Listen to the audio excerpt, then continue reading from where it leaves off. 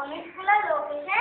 এই সবগুলা বনের থেকে পাখি সব চুরি করে নিয়ে গেছে দিয়ে আমাদের গুলো তাই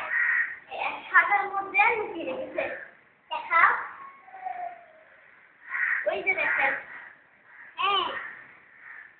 যখন চলে আমরা ছুটি আনি তাদেরকে না তুমি ডাকে আনি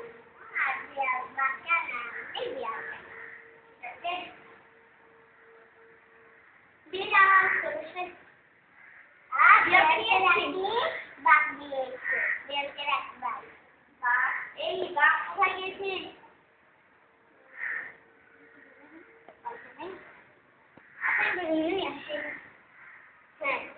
এখন তো বাচ্চাগুলো পালিয়ে গেছে বনে এখন কি করবো